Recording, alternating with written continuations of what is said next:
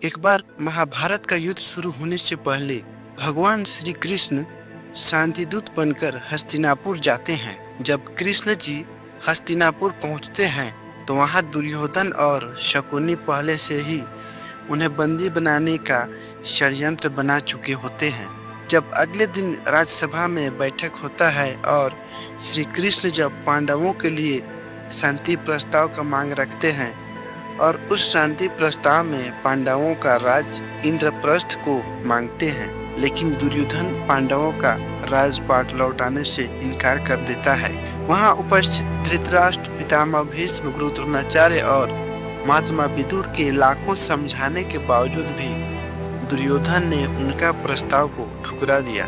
तब श्री कृष्ण ने विवश होकर दुर्योधन से पांचों पांडव के लिए सिर्फ 5 गांव का मांग करते हैं, लेकिन दुर्योधन इस प्रस्ताव को भी ठुकरा देता है। दुर्योधन श्री कृष्ण जी से कहता है कि मैं पांडवों का राज्य कभी नहीं लौटाऊंगा। मैं उन पाखंडियों को 5 गांव तो क्या, एक सुई के नोक के बराबर भी भूमि नहीं दूंगा। तब श्री कृष्ण जी कहते हैं कि दुर्योधन, तुम अपना मृत्यु का स्वागत करने के लिए तैयार हो जाओ। बस इतना कहकर वो राज्यसभा से निकलना चाहते हैं, लेकिन दुर्योधन कृष्ण जी को रोकते हुए कहता है कि सैनिकों, बंदी बना लो इस पक्षपाती दूत को। इतना कहते ही सैनिक एक धातु श्रृंखला से बना बेड़िया को घसीटते हुए लाते हैं और वह श्रृंखला इतना कठोर और भारी होता है कि उसके सैनिक भी गिर पड़ते हैं। इसके बाद दुर्योधन उस धातु श्रृंखला को बहुत मुश्किल से उठा पाता है। ये देखकर कृष्ण जी दुर्योधन के पास जाकर बोलते हैं, दुर्योधन, तुम्हें भान नहीं है कि तुम क्या करने जा रहे हो। जिसके जन्म के पश्चात जिसे बंदीगृह की बेड़ियां ना बांध सके, सैनिकों का पहरा ना रोक पाया, आज तुम उसे बांधने चले हो दुर्योधन। क्या सामर्थ्य है तुम में? अगर हाँ तो बढ़ो आगे, हो सके तो मुझे बांधो दुर्योधन। अपने इन श्रृंखलाओं में बांधने का प्रयास करो। तब दुर्योधन उन्हें बांधने के लिए उस बेड़ियों को उठाता है।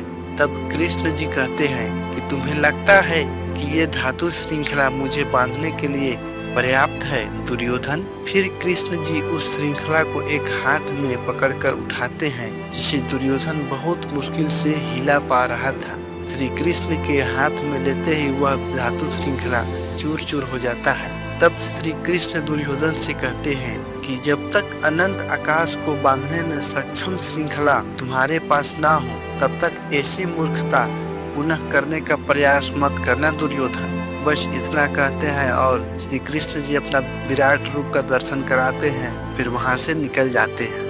तो दोस्तों, कैसा लगा ये मेरा वीडियो? उम्मीद करता हूँ अच्छा लगा होगा। अगर इस चैनल में है तो सब्सक्राइब जरूर कर दें, साथ ही बेल आइकन की घंटी को भी दबा दें, ताकि इसी तरह का नए वीडियो आप लोगों को लाता रहूँ। चलिए मिलते हैं अगले वीडियो में, तब तक आप स्वस्थ और सुरक्षित रहें। धन्यवाद।